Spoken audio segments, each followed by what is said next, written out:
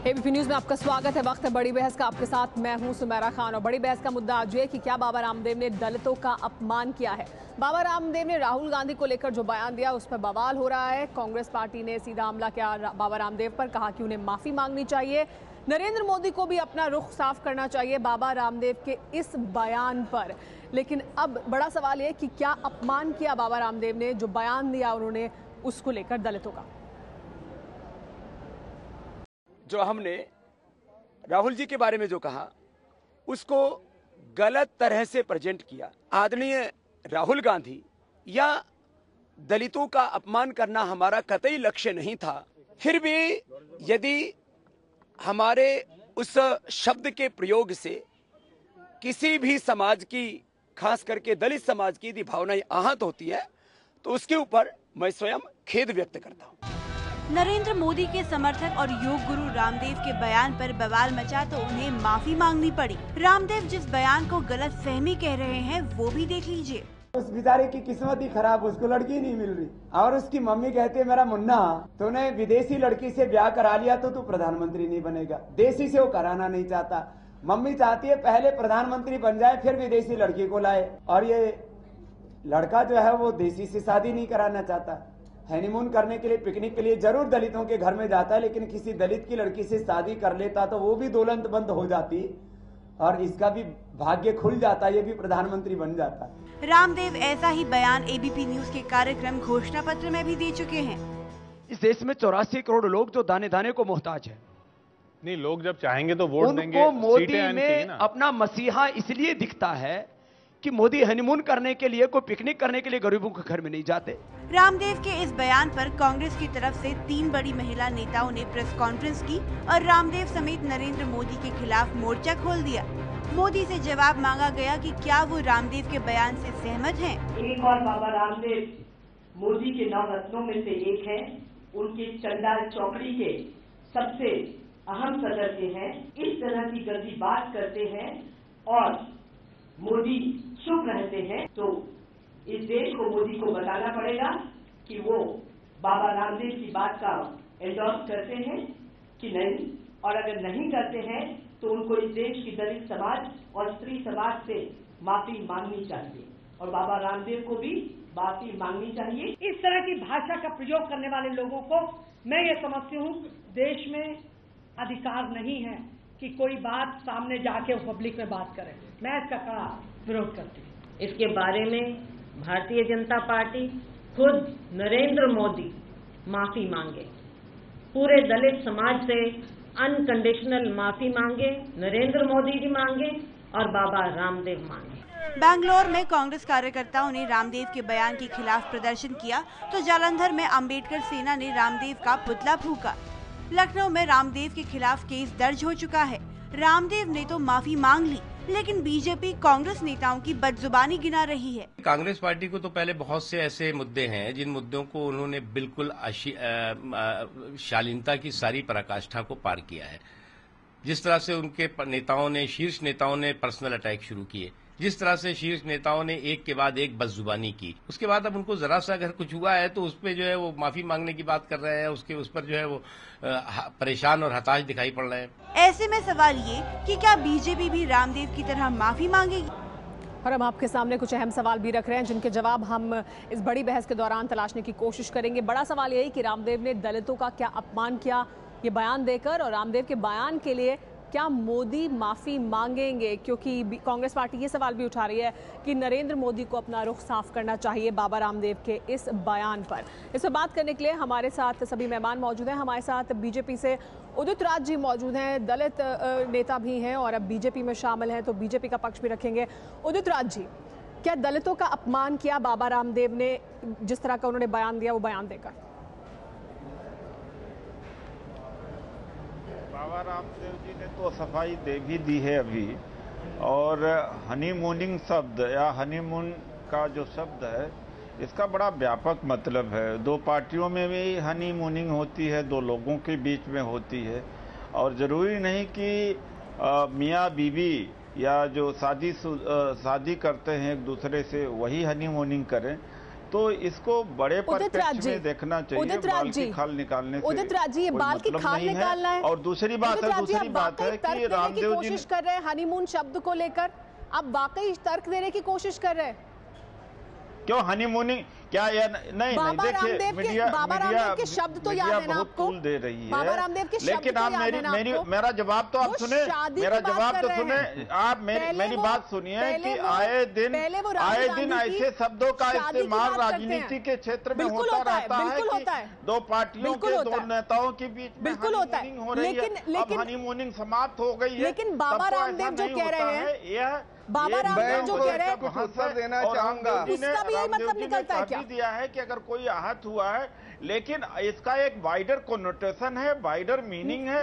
उदित राज जी, उदित राज जी को लेके बैठ उदित राज जी, देश में अभिव्यक्ति सबको समझ है, इतनी करना बड़ा मुश्किल हो जाएगा। तो सबको समझ है। बाबा रामदेव पहले शादी की बात करते हैं, राहुल गांधी को पत्नी नहीं मिल रही इसकी बात करते हैं, देसी लड़की से शादी कर ले इसकी बात करते हैं, फिर कहते हैं कि दलित लड़की से शादी करेंगे तो उसका जीवन सुधर जाएगा। बात है, शादी वाली बात अलग है। नहीं, ये कहते हैं वो कि दलित लड़की से शादी नहीं कर रहे हैं, हनीमून करने जाते हैं, ये भी कहा उन्होंने।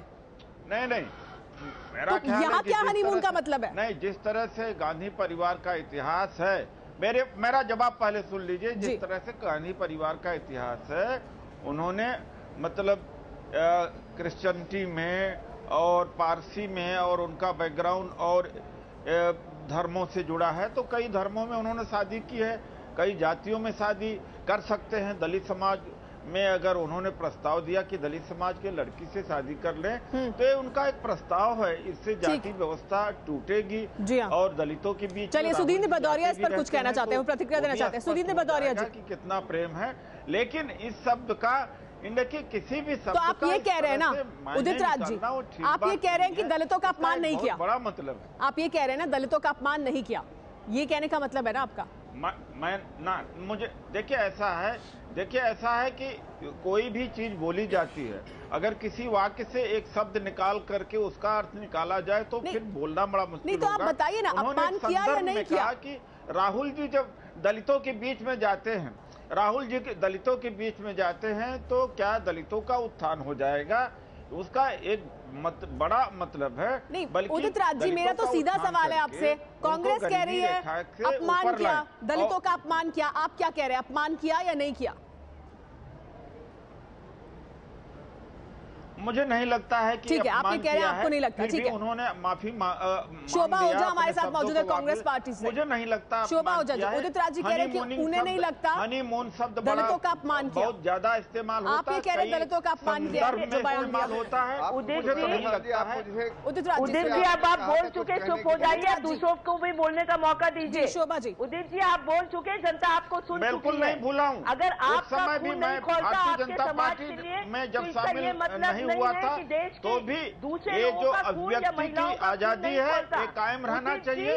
अगर बाबा रामदेव, उदित राज जी जवाब सुन लीजिए, आपके घर की भूले नहीं है, कह रही है, वो कह रही है आप बोल चुके। उदित राज जी, अगर बाबा रामदेव यही शब्द आपके घर की, उदित राज जी आपको मेरी आवाज मिल रही है? उदित राज जी, शोभा ओझा जी, उदित राज जी कह रहे हैं कि अपमान नहीं किया जो कहा है बाबा रामदेव ने दलितों का।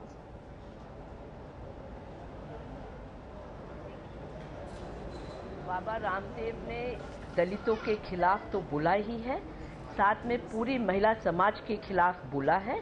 बड़े ही घटिया विचार है बाबा रामदेव के, और बाबा रामदेव जैसे और आसाराम जैसे लोग इस साधु संत समाज पर एक बहुत बड़े कलंक है, क्योंकि इनके चेहरे उजागर होते जा रहे हैं, इनकी गंदी सोच उजागर होती जा रही। अगर इनकी ये सोच है कि दलित समाज की महिलाएं तैयार बैठी हैं हनीमून मनाने के लिए, पिकनिक मनाने के लिए, जैसा कि उन्होंने कहा, तो उनकी बहुत ही घटिया सोच है। और इस सोच को इस देश की महिलाएं कड़े शब्दों में निंदा करती हैं और माफी इन्हें मांगनी चाहिए, और इन पर एट्रोसिटी एक्ट पे FIR दर्ज होना चाहिए और इन्हें जेल की सलाखों। तो आप ये कह रहे हैं कि उन्होंने अपमान किया दलित महिलाओं का भी, दलित समाज का भी। सुधींद्र भदौरिया जी, आपने सुना उदित राज को, बीजेपी की तरफ से भी कहीं ना कहीं बाबा रामदेव खुद भी खैर सामने आकर बाबा रामदेव ने खेद जताया है अपने शब्दों के लिए, लेकिन उनको डिफेंड करने की कोशिश हो रही है, तर्क देने की कोशिश हो रही है कि क्या वो कह रहे थे, उसका क्या मतलब था। तो क्या तर्क दिया जा सकता है या अपमान किया है उन्होंने जिन शब्दों का इस्तेमाल किया?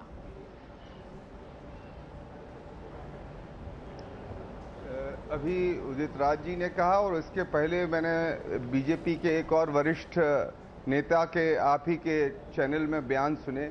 उन्होंने कहा कि छोटी मोटी बातों को तूल दिया जा रहा है मीडिया के माध्यम से।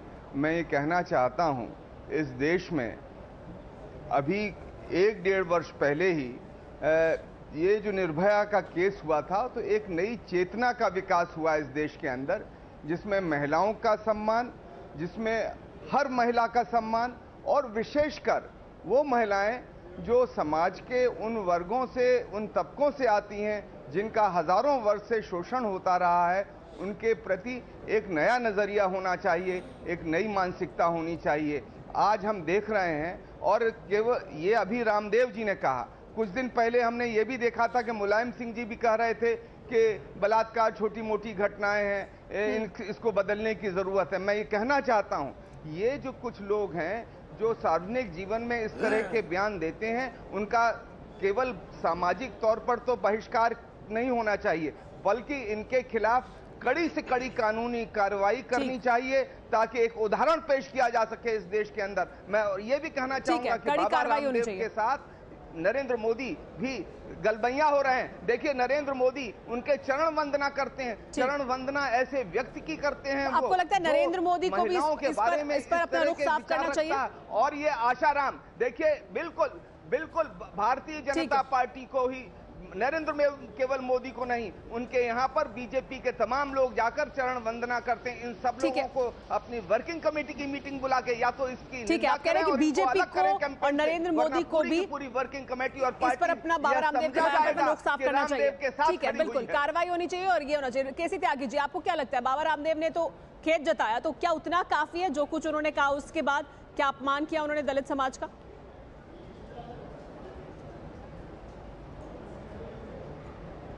पूरा वक्तव्य समाचार पत्रों में छपा नहीं है, पूरा वक्तव्य मैंने मंगाया है।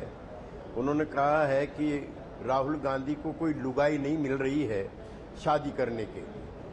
औरत के बारे में, नारी के बारे में, मातृत्व के बारे में इस तरह की घटिया मानसिकता की सोच रखना नंबर 1। नंबर 2, दलितों के बारे में ऐसे सोचना कि जैसे दलित बस्तियों में जो महिलाएं रहती हैं वो शायद हनीमून के लिए ही बनी हैं, ऐसा वक्तव्य देना। तीसरा, जो भाई सुदीन भदौरिया कह रहे हैं, श्री भारतीय जनता पार्टी के प्रधानमंत्री पद के दावेदार श्री नरेंद्र मोदी पब्लिक मीटिंग में उनके चरण स्पर्श करते हैं, और इसी महिला की ड्रेस में पहली बार मैंने 50 साल के अपने राजनीतिक जीवन में किसी ऐसे कायर राजनीतिक को मैं नहीं जानता हूं जो महिला की ड्रेस पहन करके सत्याग्रहियों के बीच में से उठ करके अपनी जान बचा के भागा हो।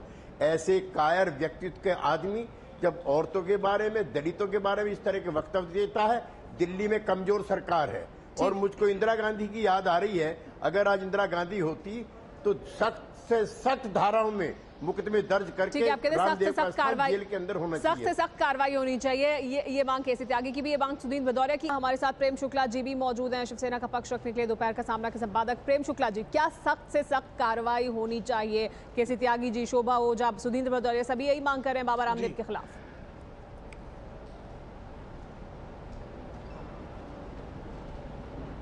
मुझे लगता है सख्त कार्रवाई का जो पहला चरण है FIR दर्ज करना हो तो हो गया।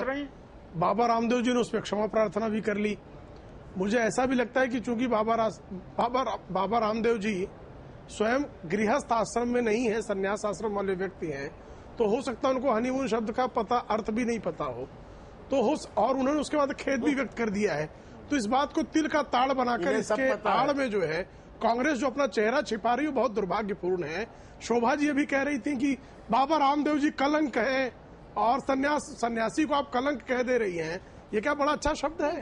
आप गंगू तेली कहते हैं नरेंद्र मोदी जी को, इस तरह के शब्द का इस्तेमाल करें, ठीक है, और उसके लिए कम क्षमा मांगेंगे। और जो अपमान करता है, नहीं जो अपमान करता है, सन्यासी, योगी, इस तरह के शब्दों का इस्तेमाल करें, वो ठीक है। शोभा ओझा जी भी यही सवाल उठा रही है। गंगू तेली भाषा का प्रयोग आपने किया। शोभा जी जरा धैर्य से शोभा बढ़ाइए, शोभा जी जरा धैर्य से जरा शोभा बढ़ाइए। आप जो है कलंक जैसे शब्द का प्रयोग कर रही है आप। लेकिन प्रेम शुक्ला जी सिर्फ राहुल गांधी को नहीं कह रहे, वो तो पूरे दलितों को, दलित महिलाओं को भी उसमें शामिल कर रहे हैं ना बयान में। जवाब दीजिए। प्रेम शुक्ला जी गड़बड़ी की वजह से इसको बहुत अच्छी तरह से जांच लीजिए ना, कौन मना कर रहा है? आपने FIR दर्ज की है ना, अच्छी तरह से जांच लीजिए। उदित राज जी इस पर कुछ कहना चाहते हैं? खान जी, नहीं, मेरे मुंह में कोई दही नहीं जमी है, आपके मुंह में आग लग गई है। आपके मुंह से जो चिंगारी प्रकट हो रही है वो बहुत अशोभनीय है। ठीक है, उदित राज जी इस पर कुछ कहना चाहते हैं? उदित राज जी, आप लोग जरा कांग्रेसियों को भी तमीज सिखाइए। बाबा रामदेव जी ने खेद भी व्यक्त कर दिया है। एक बात, दूसरी बात है कि मैंने यही कहा कि ये जो हनीमून शब्द है, इन शब्द का बहुत बड़ा मतलब है। पॉलिटिकल पार्टीज के बीच में भी हनीमूनिंग होती है, अक्सर इस शब्द का इस्तेमाल किया जाता है। और तीसरी बात है कि बाबा रामदेव जी कोई आधिकारिक पूरा बयान सुना है बाबा रामदेव का आपने? भारतीय जनता पार्टी के नहीं है। बाबा रामदेव जी एक योग गुरु हैं जो लेकिन आपके प्रधानमंत्री पद के उम्मीदवार उनके चरण छूते हैं, उनके स्टेज पर जाते हैं। जिस तरह से बाबा रामदेव कैंपेन करते हैं बीजेपी के उम्मीदवारों के लिए, सुबह से एक गलत बात है। लोग बौखला गए हैं। नरेंद्र थोड़े दिन बाद ये भी छुएंगे की लहर है इस देश में, भारतीय जनता पार्टी की लहर है, कोई मुद्दा नहीं मिल रहा है। दलितों नहीं, सुमारा जी दिग्विजय सिंह आसाराम बापू के पैर छूते थे, तो क्या दिग्विजय सिंह को सजा दे देंगे उनका वाला? तो ठीक है, बर्दाश्त कर सकता हूँ, भले भारतीय जनता पार्टी में हूँ। अगर वहाँ कोई गलती होती है तो भी मैं दलितों के लिए खड़ा होगा। दलितों के लिए मेरी जिंदगी है। और जिस तरह से ये मिस इंटरप्रिटेशन किया जा रहा है, दिल का तार बनाया जा रहा है, बिना वजह मुद्दों से केसी त्यागी जी, क्या तिल का ताड़ बनाया जा रहा है? क्या किया है कांग्रेस ने? केसी त्यागी जी, क्या तिल का ताड़ बनाया जा रहा है, जैसा उदित राज जी कह रहे हैं? सारे जितने स्पोक्स पर्सन, एक मिनट उदित राज जी, जो उदित राज जी, ठीक है उदित राज जी, दलितों के लिए क्या किया इन लोगों ने? उदित राज जी, बात के ऊपर होना, उदित राज जी, जब उन्होंने खेद भी व्यक्त कर दिया। उदित जी, दूसरों की बात भी सुन लीजिए। उदित जी, के सम्मान में दूसरों की बात भी सुन लीजिए। नेता ने इस तरह की बात नहीं की और लानत है आप जैसे लोगों को जो इस तरह के असम्मान। अरे जब खैरलाल जी में दलितों के साथ बलात्कार होता है और इनका मुख्यमंत्री जो है बलात्कारियों को बचाता है, बचाता है, अगर आपके परिवार की बहू में एक एक करके बात करिए, एक एक करके बात करिए, कोई भी नहीं सुन सकता आपकी बात इस तरह से। मिस इंटरप्रिटेशन उदित राज जी, ठीक है, आप कह रहे हैं कि मिस इंटरप्रिटेशन हो रहा है। रामदेव जी कोई मिस इंटरप्रिटेशन है तो बाबा रामदेव खेद किस बात का जता रहे हैं? पर्सन है या प्रवक्ता है? नहीं उदित राज जी, फिर बाबा रामदेव खेद किस बात का जता रहे हैं अगर मिस इंटरप्रिटेशन है? खेद भी व्यक्त कर लिया है। अगर गलत, तो मुझे नहीं लगता कि ये जायज बात है। उदित राज जी, उदित राज जी, क्योंकि बौखला गए हैं। उदित राज जी, आप दूसरों की बात भी तो सुनिए। उदित राज जी, चर्चा को आगे तो बढ़ाइए। केसी त्यागी जी, उदित राज जी का कहना है कि आपकी बात नहीं सुनाई पड़ रही है। ठीक है उदित राज जी, आप सुन लीजिए केसी त्यागी जी की बात। केसी त्यागी जी, क्या मिस इंटरप्रिटेशन है? क्या गलत तरीके से पेश किया जा रहा है बाबा रामदेव के बयान को? क्या तिल का ताड़ बनाया जा रहा है जैसे उदित राज जी कह रहे हैं? जब उन्होंने एक मिनट जवाब सुनिए। केसी त्यागी से सवाल है मेरा। मैंने आपको बताया कि हनीमून शब्द मैं किसी दूसरा बोलने दीजिए। उदित राज जी, केसी त्यागी से सवाल है मेरा। किसी और को बोलने देंगे? उदित राज जी, उदित राज जी, केसी त्यागी से सवाल है मेरा। केसी त्यागी जी,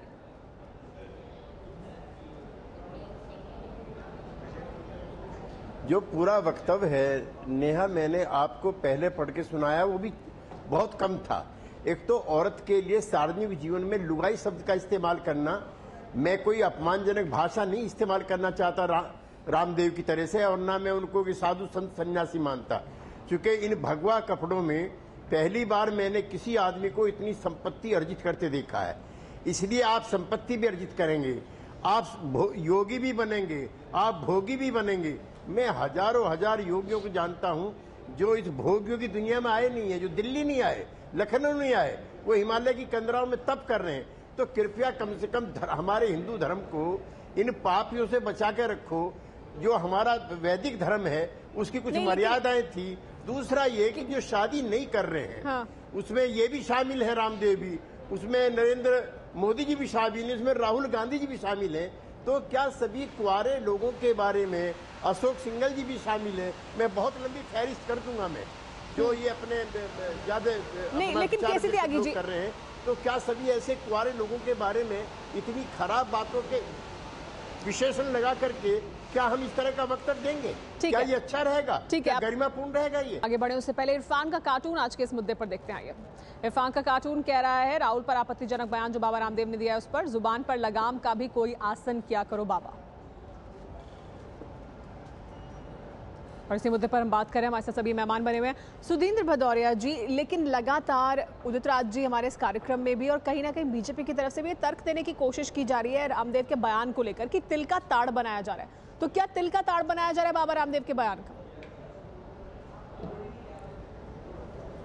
देखिए, केवल उदित राज जी ही नहीं बल्कि भारतीय जनता पार्टी के कई सहयोगी दल और अन्य नेताओं ने भी बाबा रामदेव के बचाव में तमाम तरह के तर्क प्रस्तुत किए हैं। मैं ये कहना चाहता हूं कि एक विज्ञापन बहुत दिनों से चल रहा है इस चुनाव प्रचार में बीजेपी का कि अच्छे दिन आने वाले हैं। मैं ये कहना चाहता हूं कि अगर भारतीय जनता पार्टी का ये सोच है, जैसा कि पुराना परंपरावादी हिंदुत्व सोच है जिसमें ढोर, पशु और नारी सब ताड़न के अधिकारी, उस विचारधारा के ये लोग प्रवाह को आगे बढ़ाएंगे जिसमें रामदेव भी हैं और नरेंद्र मोदी गुरु गोवालवालकर के रास्ते से होते हुए हैं। अगर भारतीय जनता पार्टी कोई प्रस्ताव करके इसकी निंदा नहीं करती है तो ये समझा जाएगा कि भारतीय जनता पार्टी का दो मुहा चेहरा है। एक तरफ बाबा रामदेव जी गिरिराज से और इस तरह के लोगों से बयान दिला के अमित शाह से बीजेपी रुख साफ करे, ये मांग है सुधींद्र भदौरिया जी की। गुजरात मॉडल में जिसमें महिलाओं का अपमान ही अपमान है, आप इस बयान पर क्या करेगी बीजेपी? ऐसा नहीं, ये मतलब ये बयान जो बाबा रामदेव जी ने दिया, एक तो मैं नंबर 1 कहना चाहता हूं कि वो भारतीय जनता पार्टी के प्रवक्ता नहीं। दूसरी बात, उन्होंने खेद व्यक्त कर दिया है। तीसरी बात, जो वास्तव में घटना घटी अभी हरियाणा में भगाड़ा में, वहां दलित लड़कियों के साथ में रेप हुआ है, कोई कार्रवाई नहीं हुआ। दिल्ली में आकर के उसके ऊपर ये तमाम मामले अलग हैं। अभी इस मुद्दे पर रहिए ना, नहीं चर्चा कर रहे हैं। अभी इस पर बात करिए। पूनिया जी ने स्वयं कहा था कि हरियाणा एक बलात्कार प्रदेश है, तो कांग्रेसियों का नैतिक कर्तव्य कहाँ बनता है जो ये चर्चा शोभा ओझा इस पर कुछ कहना चाहते हैं? शोभा ओझा जी कांग्रेस पर सवाल उठा रहे हैं। अब आप भी गुजरात मॉडल, हरियाणा के मॉडल के तर्ज पे बढ़ाना चाहते हैं। उदित जी, आप जो चर्चा हो रही है उसमें चर्चा करिए। नहीं मिल रहा है, दर मारे घूम रहे हैं। शोभा ओझा जी, यहाँ पर दिल्ली में शोभा ओझा जी कांग्रेस पार्टी पर सवाल उठा रहे हैं कि आप लोग क्यों बाबा रामदेव पर सवाल उठा रहे हैं? उदित, देखिए उदित जी और भारतीय जनता पार्टी, चाहे मोदी हो चाहे तमाम नेता हो, ये जो बाबा रामदेव का वक्तव्य है, बाबा रामदेव उनके नवरत्नों में से एक है और बाबा रामदेव की जो सोच है वही भारतीय जनता पार्टी की सोच है, वही महिलाओं को लेके, दलितों को लेके मोदी की सोच है। और ये इस तरह की ओछी सोच रखते हैं और महिला सम्मान की बात करते हैं, महिलाओं को अधिकार देने की बात करते हैं। इनका ठीक है, हमारे पास इतना ही समय चर्चा के लिए। आप सभी मेहमानों का बहुत बहुत शुक्रिया हमारे साथ इस चर्चा में जुड़ने के लिए। बाबा रामदेव ने खेद तो जरूर जताया है, लेकिन ये सवाल जरूर है कि इस तरह का बयान देकर क्या खेद जताना काफी है जिस तरह का बयान बाबा रामदेव ने दिया?